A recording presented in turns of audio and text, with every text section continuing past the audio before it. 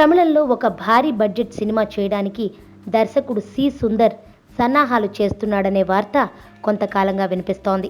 400 కోట్ల రూపాయల బడ్జెట్తో నిర్మితం కానున్న ఈ సినిమాను తెలుగులో మహేష్తోనూ, తమిళంలో విజయ్తోనూ చేయడానికి ఆయన సన్నాహాలు చేసినా ప్రయోజనం లేకపోయింది.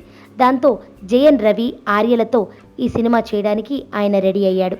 ఈ సినిమా కోసం కొంతమంది హీరోయిన్ల పేర్లను పరిశీలించిన ఆయన చివరికి శృతి హాసన్ను ఎంపిక చేశాడనేది తాజా సమాచారం.